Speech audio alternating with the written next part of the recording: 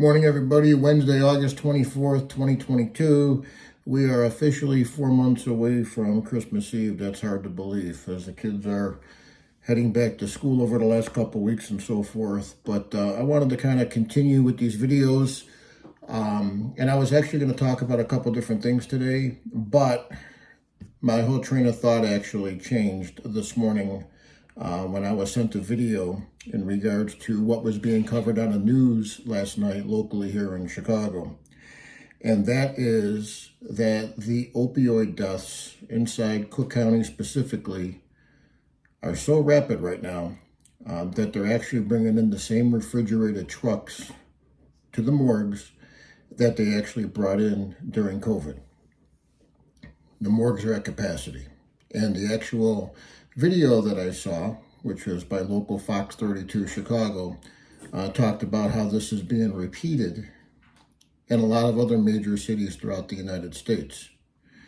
So to say that we're in crisis mode, I think would be an understatement in regards to this opioid crisis, this fentanyl crisis that we're seeing. Honestly, I've been saying that I think that this is a bigger story than COVID.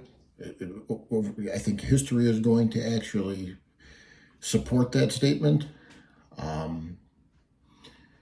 This has been growing for a while. I've been talking to my family and friends about what I've been seeing at different support group meetings, as well as when I go to visit the hospitals. The writing has been on the wall for quite some time. Unfortunately, it's just not getting covered like it should be through the media outlets. In fact, last night, this was a big story. And last night it was an under 3-minute story. I think it was a 2-minute and 42-second story. It's great that they're talking about it, okay? But if this was during COVID and they were bringing in refrigerator trucks to the morgue, that would probably they would cover that probably for about 10 or 15 minutes on the news, okay? So this is still not getting the attention and the concern by the media that it should. It's not being covered the way that it should. There's probably a variety of reasons for that.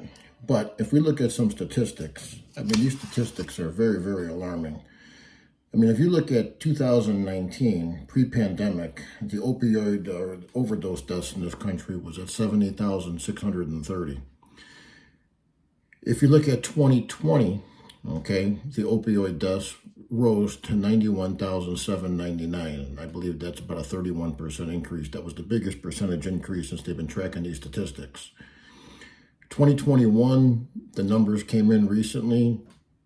We're just under 110,000. I think 107,622 is the number that I actually saw this morning, but a couple different media outlets report different numbers. And in 2022, we are going to surpass that number, at least we're on pace to surpass that number by a pretty large percentage, possibly more than that 30% that we saw between 2019 and 2020. Since 2000, okay, when you start talking about this opioid crisis, this country, the United States alone, has lost over 1 million citizens due to overdoses. So to say that this is not an issue, a serious issue, would be an understatement.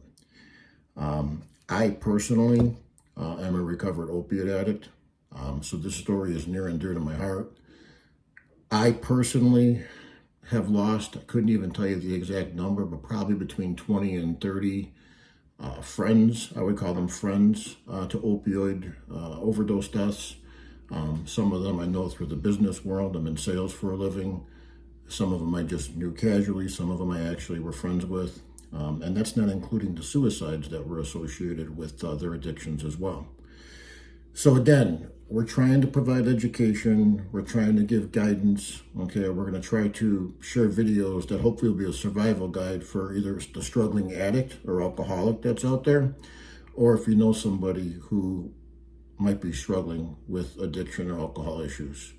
So stay tuned for more videos. But again, I thought that the news outlets story last night about these morgues being overcrowded was very disturbing, and I wanted to get this video out. So everybody try to have a good day. Take care.